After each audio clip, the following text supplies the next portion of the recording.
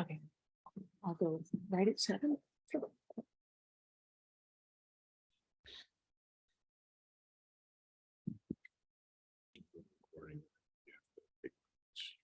Got it.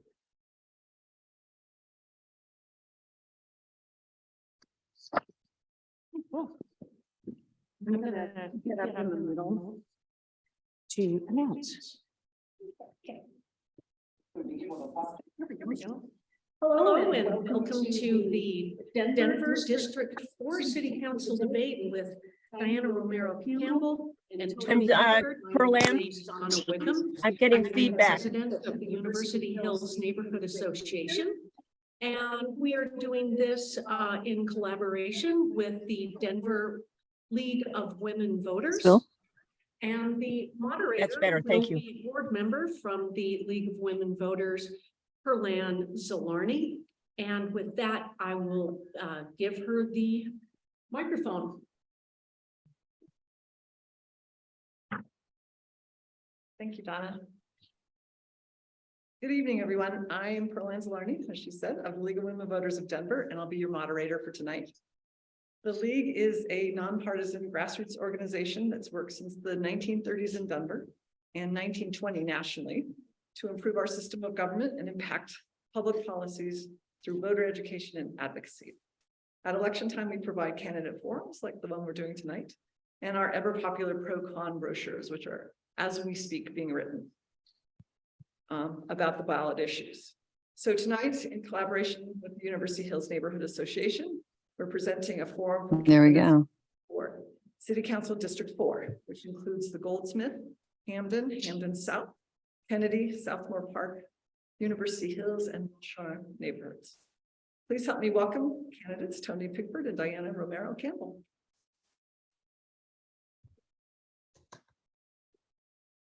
So now, if you could please hold applause until the very end as we go forward, so that we can efficiently get through all the questions tonight and learn more about each candidate. Our format tonight will include 2-minute opening remarks from our candidates, 30 minutes of questions that have been prepared by the Neighborhood Association and the League, a chance for the candidates to ask each other 1 or 2 questions, 15 minutes of questions from the audience, and then 2-minute closing remarks from the candidates.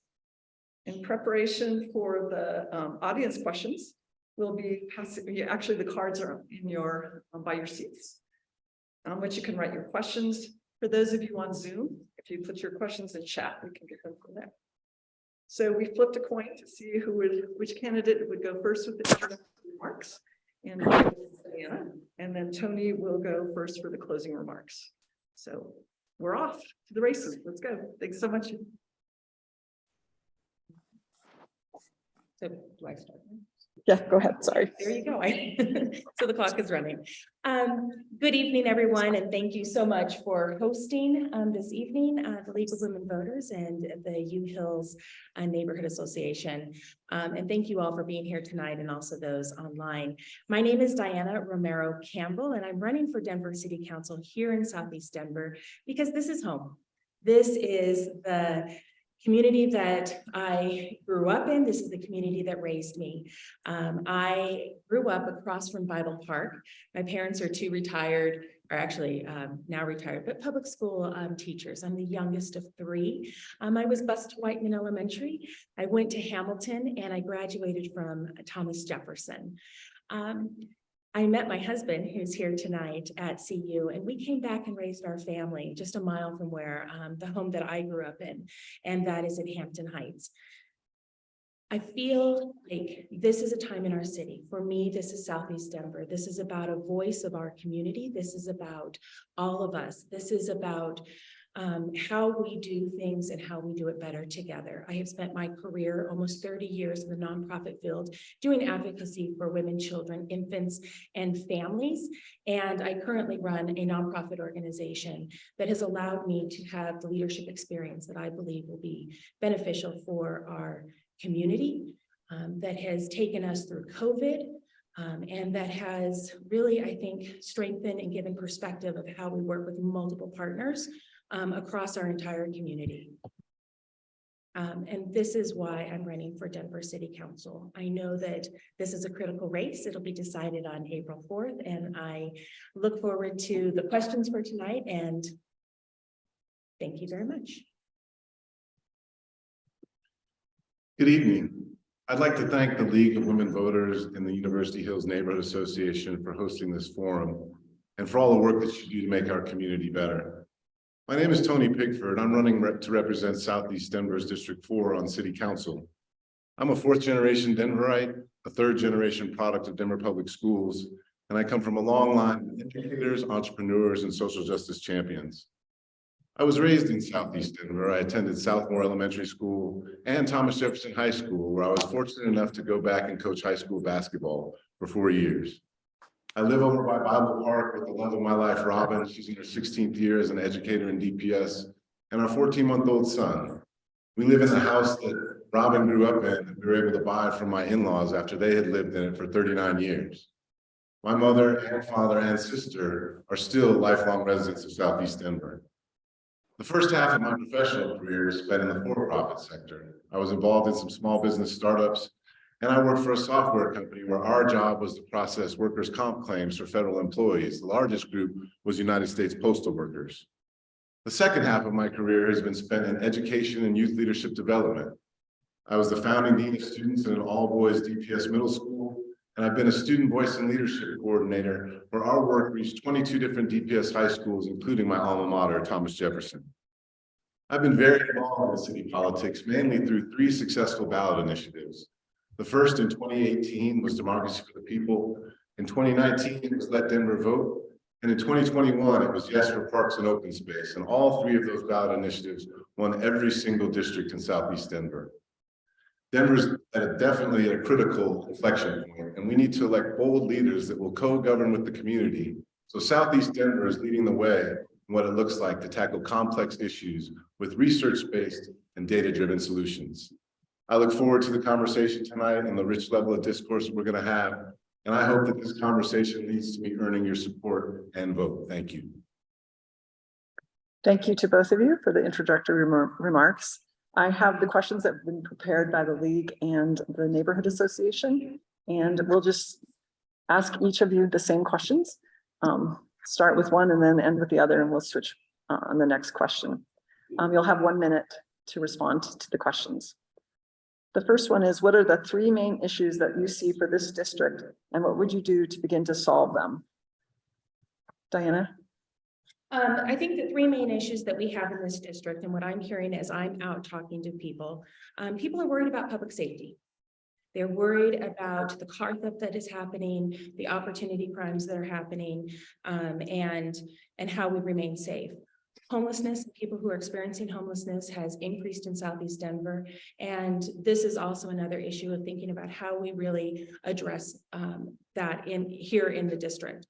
I think our final issue is also related to the growth that we have here in U Hills and in the North U Hills neighborhood where we are situated right now, just outside of district, but where we are situated really does matter how that district, how this district grows. And I know that there was a meeting this evening to discuss the near Southeast Denver plan.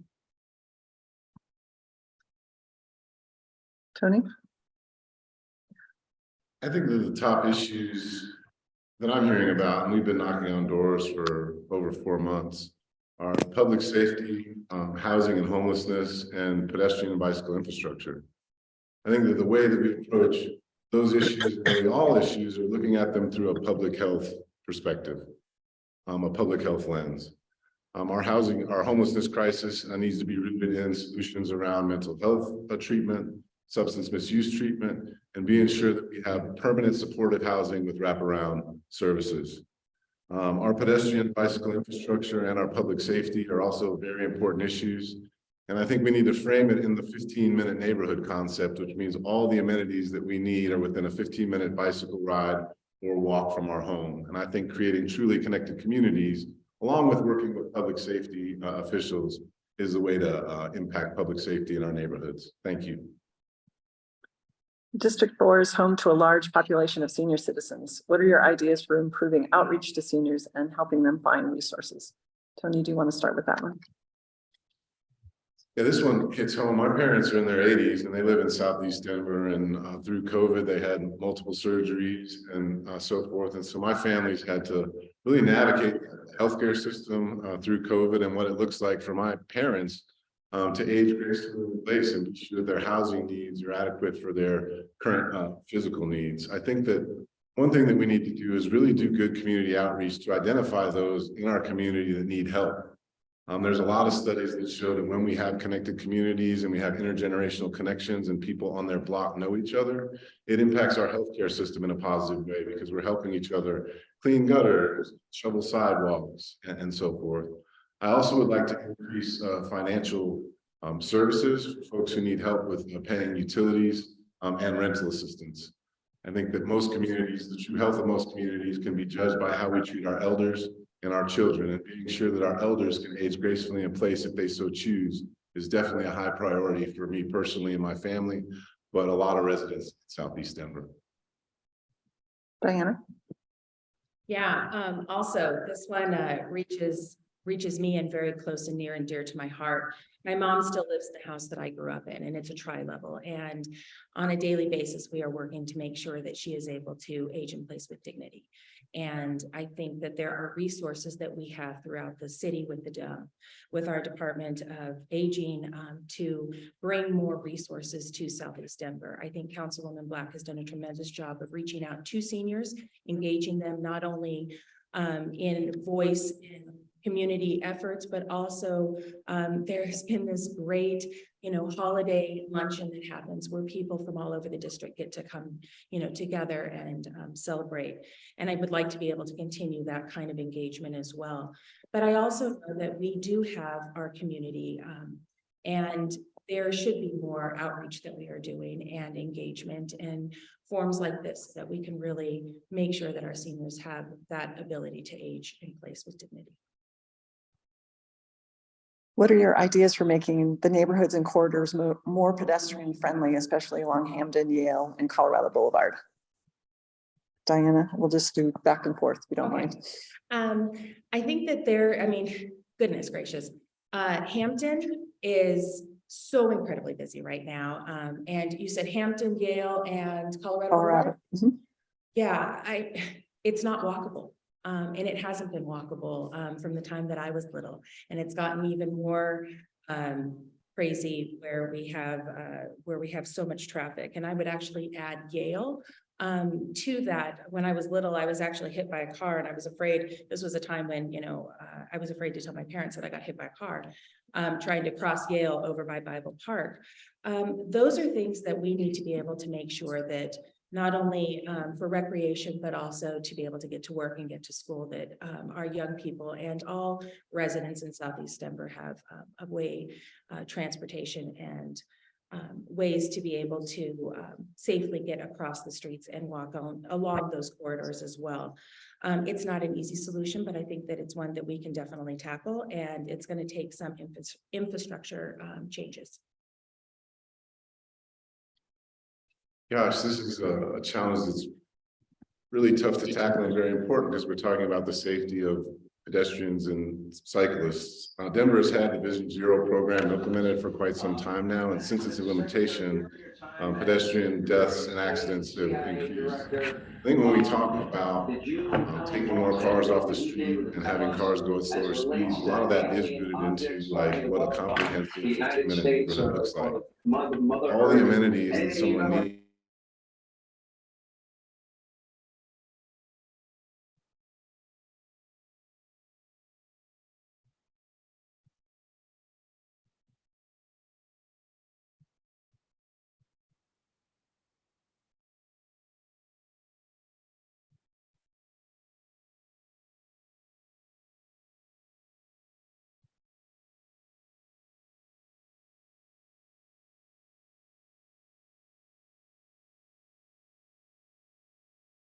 Saying it was a weather balloon. We know it wasn't a weather balloon.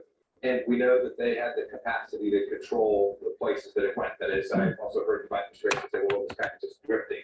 That's not fundamentally true. They were able to maneuver this with some specificity. Last thing, I've heard even some Republicans say, well, goodness, they had satellites. What could these balloons possibly do? These are different tools. As the CIA director, I can assure you, you want many views, many possibilities. You want sound, you want imagery, you want all of those things. And a low-flying balloon over our military installations is a significant, not an insignificant event in the United States of America. I don't know what's worse, Mr. Secretary. One, the fact that they're now claiming something they didn't claim last week, that they knew when this spy balloon took off. Then they allowed it to fly over Alaskan airspace, down the coast of Western Canada, into Idaho, over to Montana, over our ICBM missile.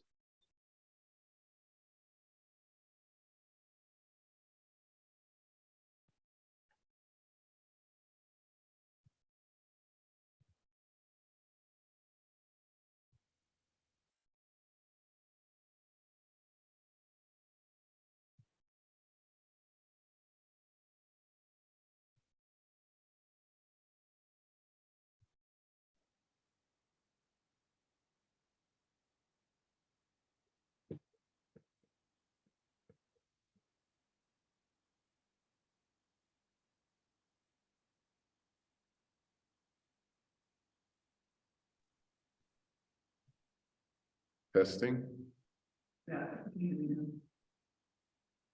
Okay, we've got you. Thank you.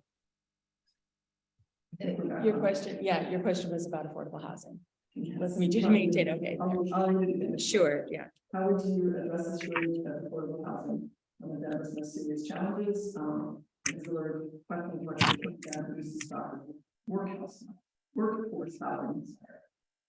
Right.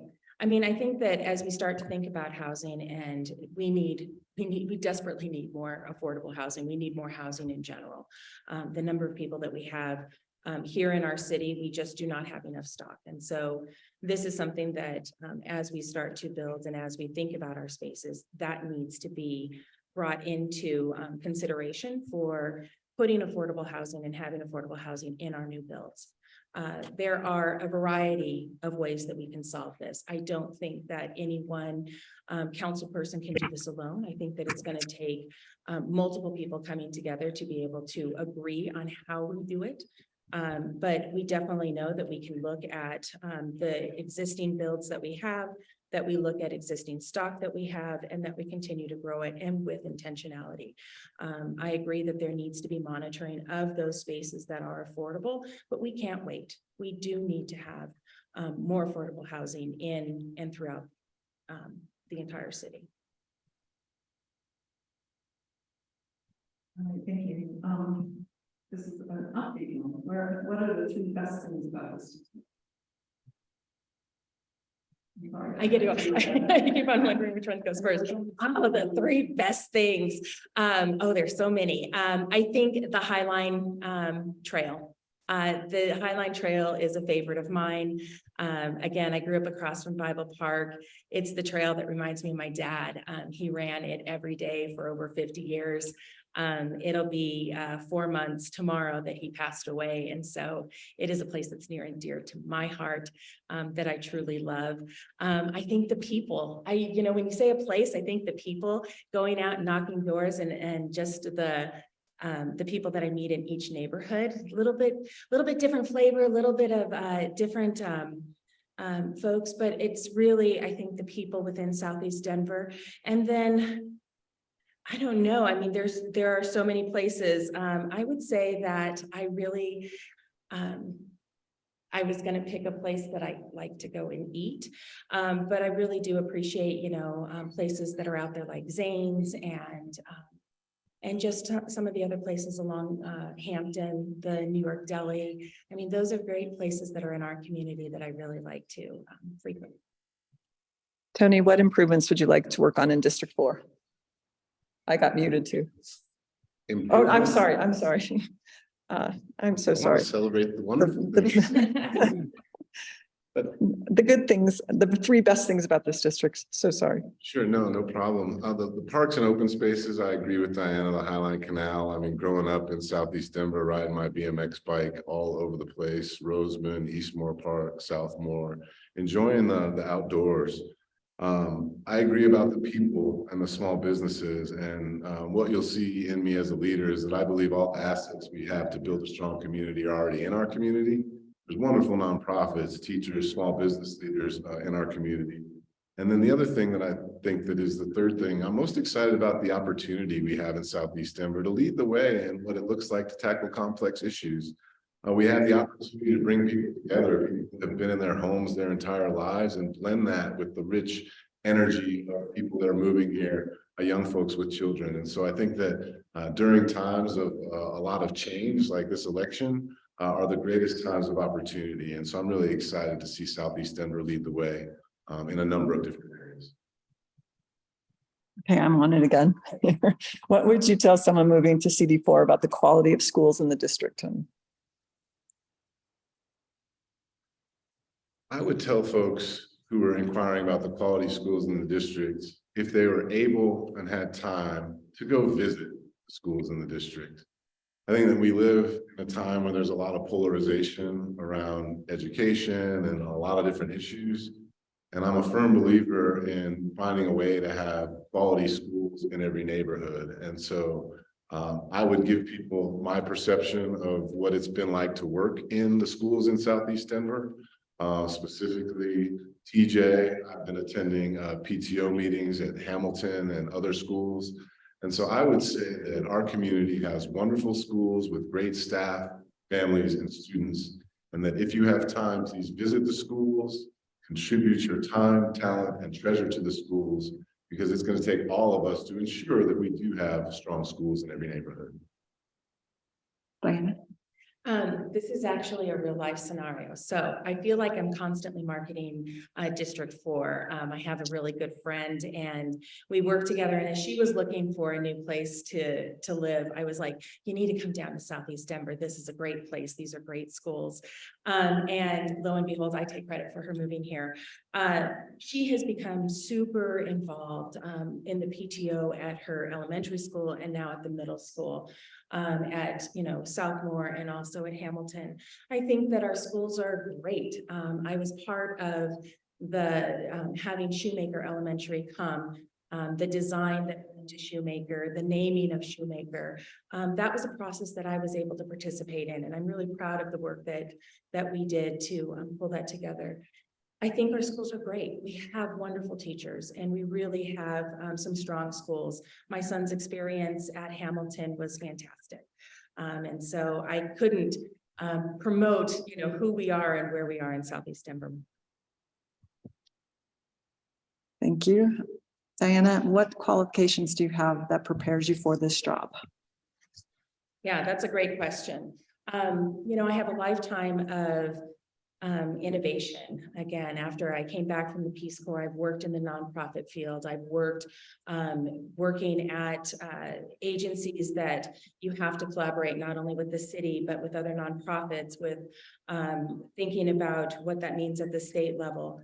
I've done a lot of program development. I have thought about and have led and have worked with businesses and industry partners throughout my entire career, through Mile High United Way, at the Children's Campaign, doing advocacy work, developing a statewide program, but currently leading a nonprofit organization has really, I think, grounded me in the need that we have to be able to pull people together, to be able to make decisions, to be able to lean in when things are hard, to be able to complete projects, and also to be able to think about how you bring families and think about families and children first.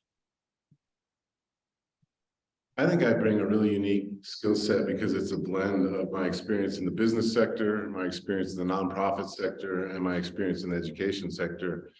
And my approach to solving problems has always been around proximity, especially in my work. I've been on the ground in schools, in communities, closest to the people that I'm trying to impact. Through the 3 ballot initiatives that I've led that have been successful, I've worked with all of the city council members. I know there's going to be 5 new city council members, but those that do win re-election, I've worked closely with them. And a big part of this election and why it's so important is we've got to have a functioning city council of at least 7 city council members so that we can have true checks and balances in our city government. I've built many coalitions, managed budgets, hired staff in all 3 different sectors. And I think my qualifications are well suited to this position. And I look forward to representing Southeast Denver on Denver City Council. Tony, what improvements would you like to work on in District 4? We got to that one now. Improvements that I'd like to work on in District 4, I think that stems from the issues that I've been hearing about when I knock doors. We've got to be sure that seniors have the ability to age gracefully in place. We've got to create safe, connected, vibrant communities that have protected bike lanes, pedestrian and bicycle infrastructure. We've really got to work on improving, again, I go back to the 15-minute neighborhood concept. What amenities can we be sure they're in every neighborhood so that we're creating community connections and ensuring that we're impacting our environment because people are driving less. And then my general philosophy is start small, start where you are, start with what you have. And that's what I love about this district race is block by block, neighborhood by neighborhood, we can impact some of the most complex issues by making strong community connections. And then we can have city council members implementing policy that impact the broad district. So I look forward to creating a more connected, sustainable, vibrant, and safe Southeast Denver. Diana? Improvements in District 4. Improvements in District 4. You know, I'll be honest with you, and you all have probably seen, we have homeless encampments that have gone between Hampton and Yale, along the bike path, underneath the underpass. And it's growing and there needs to be something that we do about it and it needs to be addressed. I think it's inhumane for us to continue to let people live outside. And especially think about this on a cold and snowy night. This isn't a solution. And so I think that we really need to address the homelessness encampments that we have and do it in a humane way. In addition, I think there are a number of projects that we need to see completed and finished. I'm going to mention the North-Southeast plan. There are zoning issues and growth that's happening and built, and we need to ensure that the neighbors and the development that comes together is holistic and that it's brought together in a way that is productive for everyone. Diana, how would you encourage people to recycle more? And one suggestion that came was, would you try to get Waste Management and Denver Parks and Rec to put containers in Eisenhower Park and other parks? How would I encourage people to recycle more? And encourage in the parks? Yeah, that'd be great. I have to tell you, part of the recycle, I also keep it in mind with the composting. I was not an early adopter of the composting. This was something that my husband wanted to do. And because I wasn't quite sure how it was going to work. And now I can't imagine our house without it. It changed fundamentally the way that my kids think about recycling, about how they think about composting. And when we think of, and when you think about how communities change and how mindset changes, it starts early. And so I would strongly encourage with the composting and also with the recycling. I think in the parks, desperately needed. And I would also add to that, I think there needs to be opportunities for us to also clean up the trash because we have bins that are overwhelming, and this is something that we need to address in our district. I think that climate change, along with mass inequity, are the greatest risks to our security in Southeast Denver and our globe. And it's time that we start addressing climate change, like the crisis level issue that it is, and recycling and being more green is definitely a part of it. I would start by walking the talk and sharing my story about how me and my wife and my family are recycling and the impact that it's made on us and the planet. I think advocacy and awareness is a big deal, and getting data out there about the impact of recycling. And I definitely think we should make more receptacles available, and we should think about innovative ways to potentially work with. There's a company called Big Belly Solar that will have solar powered compaction devices. So that we're also recycling and compacting things and then not having trucks come by to check empty recycling bins. And so I think there's a lot of things that we can do to encourage more recycling. And I look forward to leading the way in Southeast Denver. Okay, so this will be the last question from the prepared questions. So those of you in the audience, if you have questions you've written on the card, we'll pick them up. And I know there's some, Diane's coming from the back to pick those up. And I know there's some on chat as well that I've seen. So to prepare for that. Is our public transportation system adequate for this district? And Tony, I believe it's you, right? I don't think our public transportation is adequate for this district.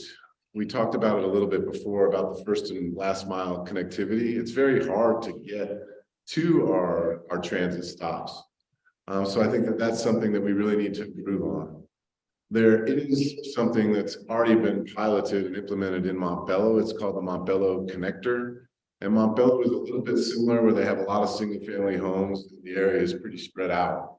And so since we already have that model to look for, I'd like to see about implementing the Montbello Connector in Southeast Denver as a way to especially help folks that don't have cars, folks with disabilities, our elders, to be sure that that is a way to help them get to public transportation, especially on evenings like tonight. And so I think that when we increase our pedestrian and bicycle infrastructure and improve on that first to last mile connectivity, and then look to proven models, excuse me, like the Montbello Connector. Those are my comments on the state of public transportation in Southeast Denver. Diana? I think that public transportation, I think it's two things. One, we have 4 light rail stations that run through our district. And there are concerns of people being able to access the light rail and then feel safe once they're riding it. And I think we need to be able to address that and passage for people to be able to get to work, to get to events, and to feel safe doing that. I know that there are a lot of issues in Southmore as well for going underneath the bridge and over. And so we need to be able to address those safety issues. I think the second one is we have a number of students, and again, partnership is always the key with Denver Public Schools, but we have a number of students who every morning are waiting out on Hampton and Monaco. They're waiting out over on Hampton, just over the bridge to be able to get to school. And I think that these are our kids. This is our community. We should be able to find a safe way for them to get to school, to and from school. I agree the Montbello Connector is a great resource. With the program that I run, we have many families that access that. And so thinking about how we can do that for Southeast Denver is key. Thank you. So the next section actually is the one-on-one questions between the two of you, as I will then try and get the questions from the audience put together while you're doing that. So if you would ask each other a question, 1 minute for the question, 1 minute for a response. Why don't we start with you, Tony, asking your question of Diana? Sure. Ask me a question. Okay. What's a book you read recently that's made an impact on you? Oh, okay. So I'm glad you asked because I like to read.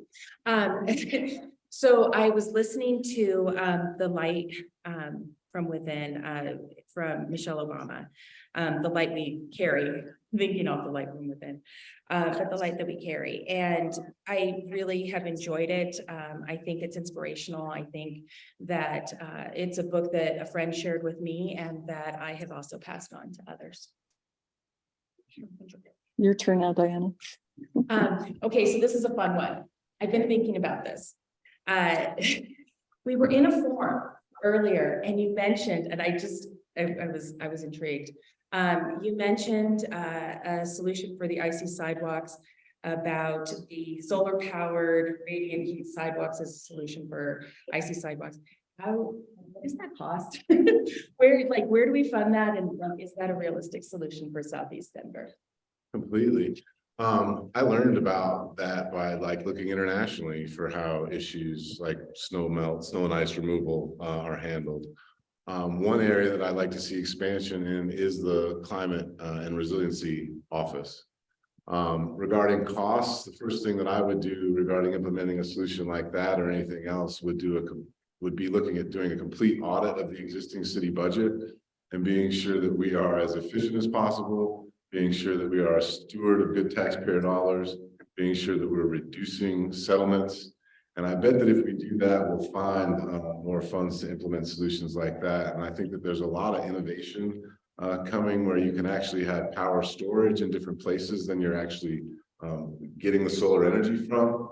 And I think that with the sidewalk initiative, we've got a real opportunity to maybe look at that and the funds that come in.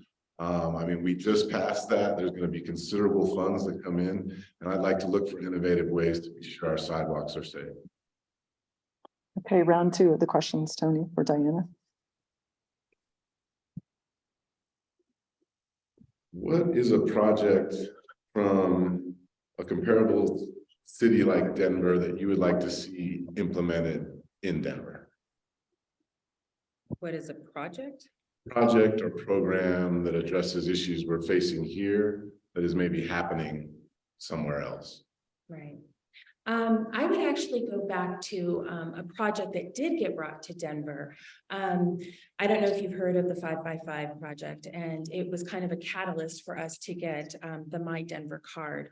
5x5 was 5 cultural experiences for children under the age of 5.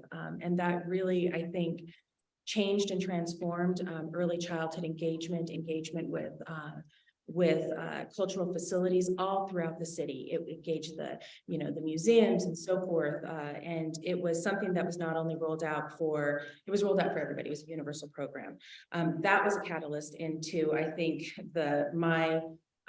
my Denver card, which also allowed all of our young people under the age of 18 to have access to the rec centers. And I know that having safe spaces for young people and access and having, that portal in is just, it's a game changer. And it's not only a game changer for them, but for their families.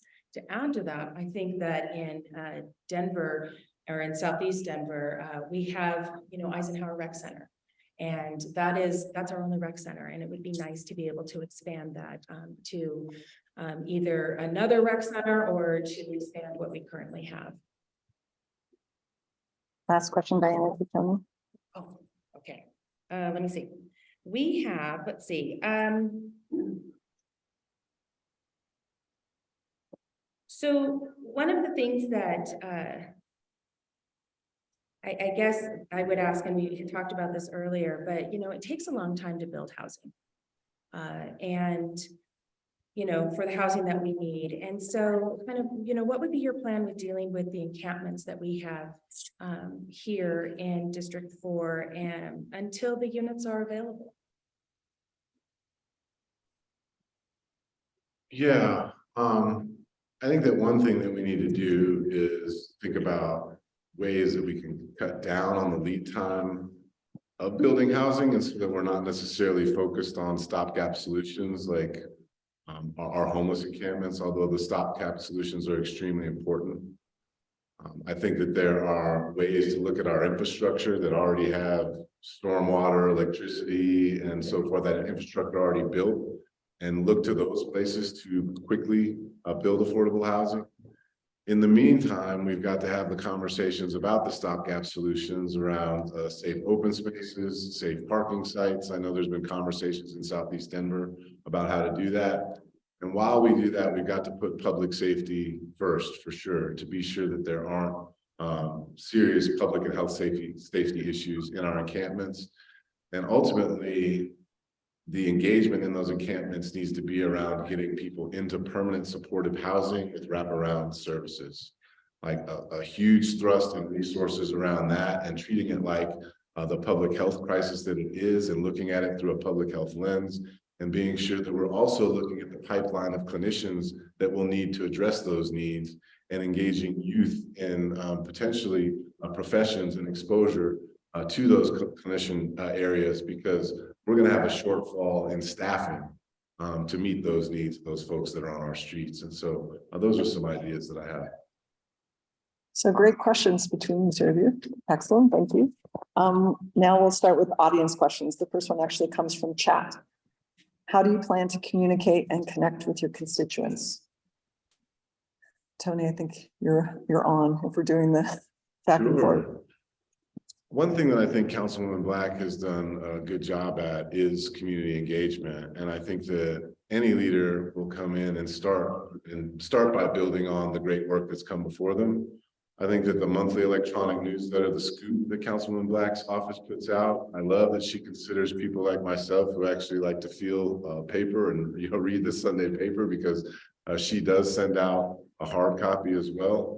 One thing that frustrates me about politicians is you only see them knocking on your door during campaign season.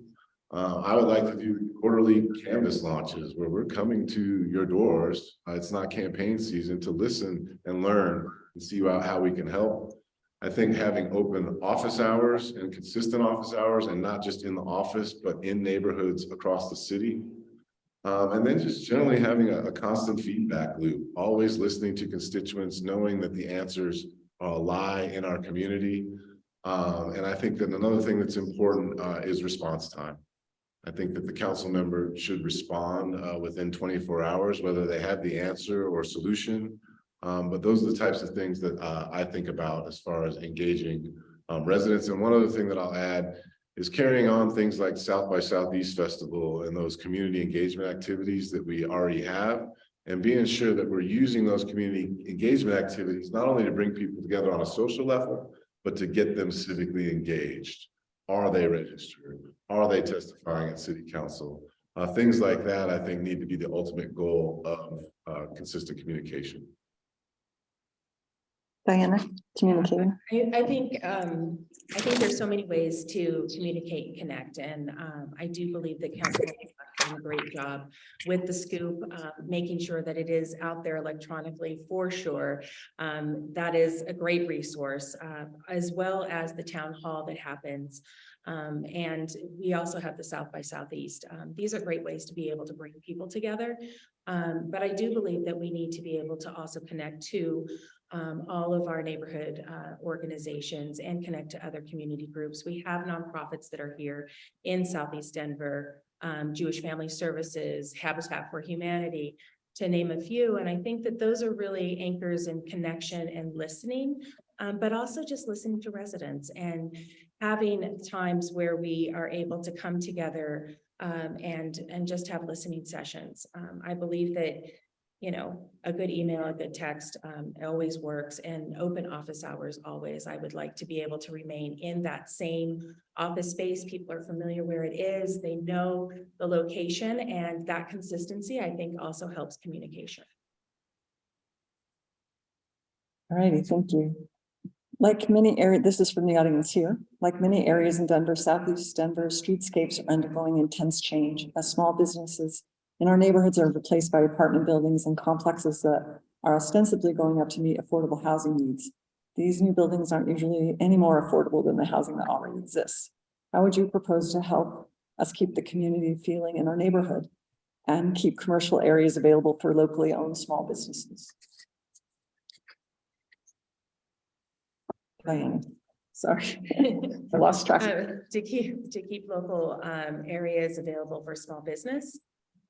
Is that the question? Okay. I think that it's, you know, again, it comes back to partnership. You know, you have independent private spaces and businesses that come in, and I think that there needs to be work to be able to, you know, to incentivize people to want to come to Southeast Denver, that we are a vibrant community, that we do have people who will frequent those restaurants and those places of business.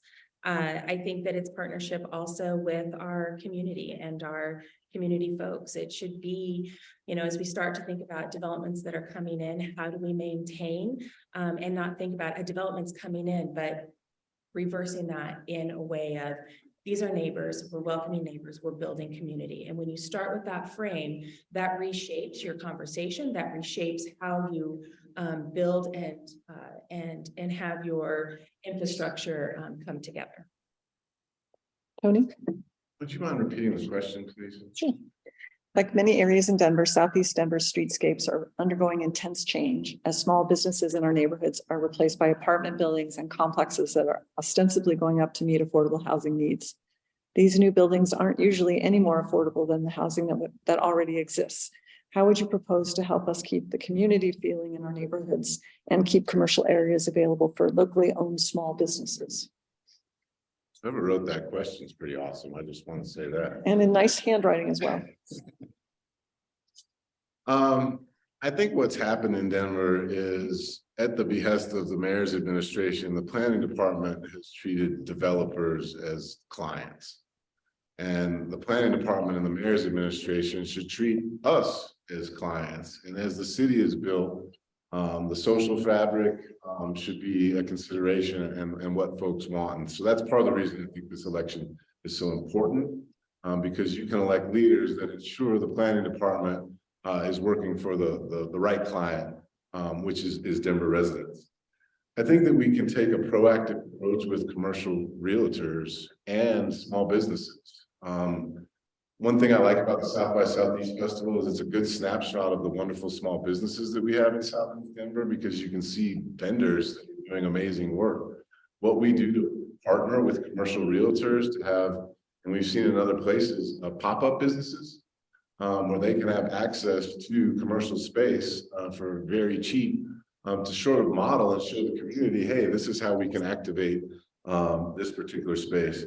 And then I just add that we also have to start developing for more families. Denver used to be a place when we look at the building now, a lot of it is for young single professionals. We need to be sure again that if the planning department is treating the residents as clients, that we're building housing for all different income levels and for all different types of people, so that families can be sure that they have the ability to live in Southeast Denver. And so I think that strong partnership with the Department of Economic Development, taking a proactive approach with commercial realtors, working with the existing small businesses and being sure that they have the resources and the spaces that they need, will really help us ensure that we've got the unique commercial and vibrant spaces that we all want in Southeast Denver. This is from the chat. With the new tax to upgrade the sidewalks, how do you plan to advocate prioritization of our neighborhoods? Tony, you get this one first. With the new tax for sidewalks, how do I plan to advocate prioritization for Southeast Denver neighborhoods? I think that there's a tremendous opportunity in passing the recent sidewalk funds, but there hasn't been equity. Especially in Southeast Denver, I've been knocking on a lot of doors, and there's a lot of people, especially on fixed incomes, who have perfectly good sidewalks, and they might even live on a corner or a peninsula. And so, as you all know, it's based on square footage of sidewalks, and so there's some inequity issues there. There's already been a citywide sidewalk inventory done that shows citywide who needs sidewalks and where, especially when there are none. And so I think that we need to look at that existing data and find out, who needs what and where. And as the money comes in, be sure that we're getting sidewalks in places that there are none. But if there are people that are disproportionately impacted by fees and it's not going to benefit them in Southeast Denver, I think we potentially need to look at changing the structure of those fees, and so that it's done a lot more equitably. Diana? Yeah, I mean, I support sidewalks, and I think that it's not a great deal for Southeast Denver as far as how the formula is set up right now. The fees that you would have for somebody who lives on a corner are between $1,000 to $1,500. I know for my mom, she lives on a fixed income. This is going to impact her greatly. And this is just something that she just doesn't have in the budget. I do know that we need to be able to work on this formula.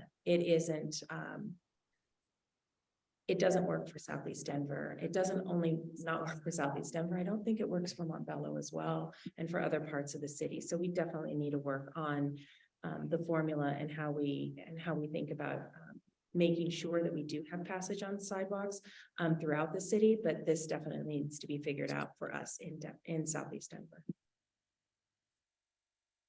All right, Diana, we had two people had almost identical wording on this question. So thank you for running for public office. Thank you for being fair elections candidates. Please tell us why you decided to be a fair elections candidate and how doing so has affected this campaign in comparison to past campaigns. Why I decided to be a fair election candidate is because, you know, those funds are there. And it's a way for me to be able to access the opportunity to run. I don't think I would have run otherwise because it's pretty daunting to put yourself forward and to think about raising money. I like the opportunity to have community participation and voice. I know that we're the first, I guess you would say, cohort of candidates to go through the Fair Election Fund process. And so, when you're always the first, you're on the cutting edge and the bleeding edge sometimes of that process. So I think that it has not only given people an opportunity to give, but to give at an amount that lets them leverage their dollars. And that's pretty exciting. I think that there are also levels of accountability that come with it. And that's why, I'm participating in the Fair Election Fund. Tony, fair elections. Yeah, I was one of the 5 people to start working on this in 2018, and we called it Democracy for the People for a reason. And we modeled it after the successful program in New York. And what they showed in New York was that when you have a program like this, where candidates aren't taking any PAC money, they aren't taking any corporate money, and you have a public match from Denver residents, it drives candidates to talk to the people that they need to be talking to most. Evidence showed that people from lower income neighborhoods and communities of color were more apt to give because their $5 turned to 50, so they felt vested. There was data around those same people volunteering on campaigns and then actually turning out to vote. That's why we call it Democracy for the People, because getting special interest money out of politics, getting dark money out of politics, and getting everyday candidates and candidates of color, women of color, stepping up to the plate, like Diana mentioned, to run is very, very important. I'm proud to be a fair elections candidate. I hope more cities across the country implement the model. For me, it's a way to take on Citizens United at a hyper-local level and a way to show that all politics are local and some of the most complex issues can be solved at the grassroots level working up. And so I'm proud to be a Fair Elections Fund candidate, and I think it's going to transform democracy in the city of Denver. So I'm probably not going to get through all the questions. So I have one from chat and one from the audience here that I'm going to combine. They're at 2 ends of the spectrum. On chat, they were asking for ideas about youth programs. And then from the audience, we need a senior center. Do you agree to work for one? Can you say the question again? It just went out. Sure. What ideas do you have to add youth programs? And we need a senior center. Do you agree to work for one? Who's first? I forgot. You are, Tony. Thank I know you. I'm writing it down even here. We're losing track. Right. I mean, I've been highly involved in education and youth leadership development for many years, and I truly believe that youth aren't the leaders of tomorrow, they're the leaders of today. And a lot of our job as adults is to get out of the way and provide the youth with the resources they need and give them the training to advocate for themselves, give them the social emotional intelligence support that they need. If elected, I'd like to have a youth leadership development and engagement arm of the council office. And I think that could be after working with students at TJ, I mean, high school and middle school level, but there's no saying that people in elementary school, kids in elementary school can't shape their communities as well. So that's something that I would implement immediately. And I think giving youth opportunities to succeed, from entrepreneurial ideas to what it looks like to be college and career ready. Super excited about fostering youth leadership development programs, not only out of the office, but supporting the great existing ones that are already there in Southeast Denver. And then senior center, yes, I love the idea of bringing a regional rec center to Southeast Denver, potentially through a bond initiative. And to me, it sounds like a logical place to potentially have a senior center. And I think that there's a lot of improvement we can do as a city. In the Office of Aging, there are 2 employees, 2.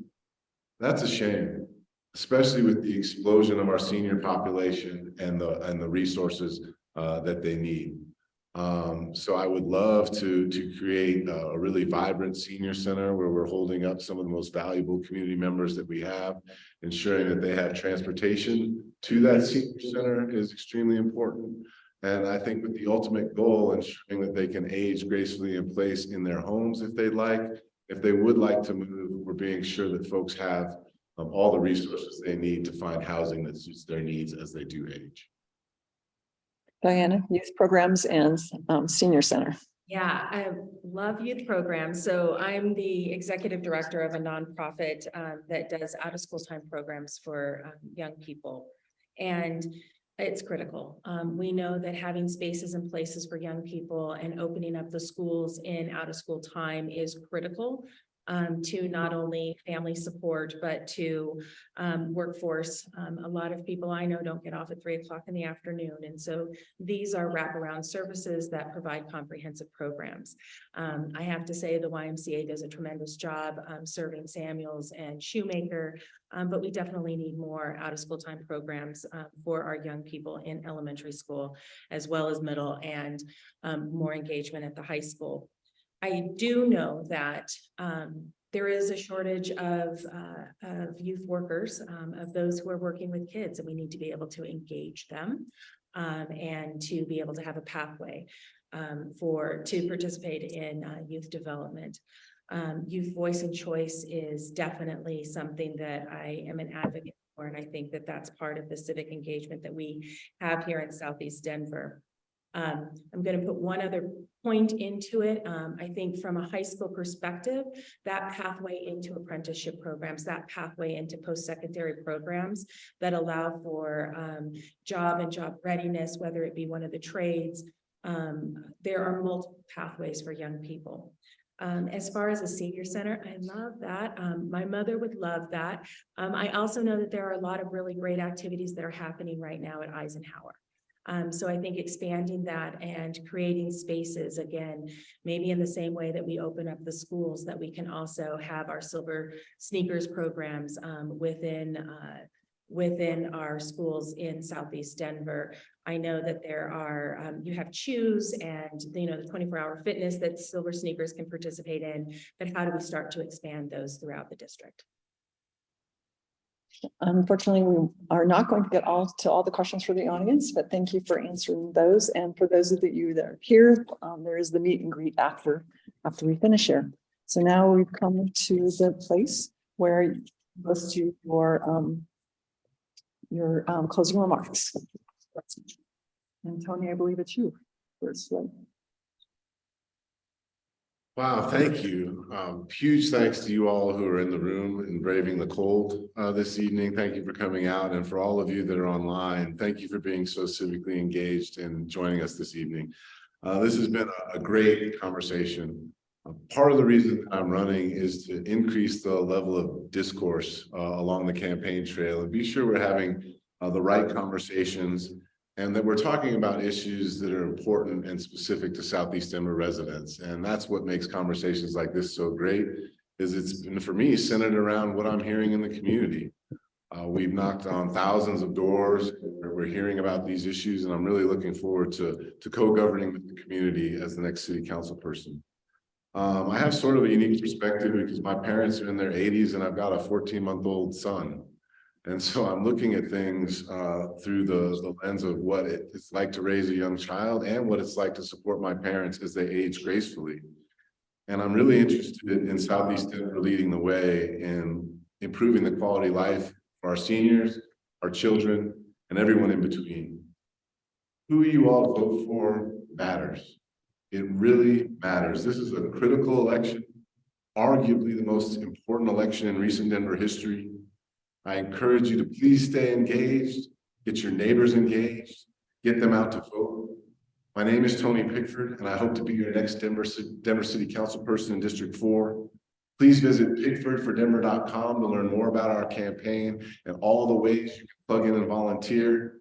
Ballots will be mailed March 13th, and I sure hope to earn your support and vote. Thank you so much for coming tonight, and please drive safe. Diana? Great, thank you. And thank you all for coming out tonight. Thank you for hosting. This is one of those requirements for the Fair Election Fund. So I really appreciate that we've had this opportunity this evening. I feel like we have an opportunity. We have an opportunity to have a Southeast Denver voice, and a Southeast Denver voice that's collaborative.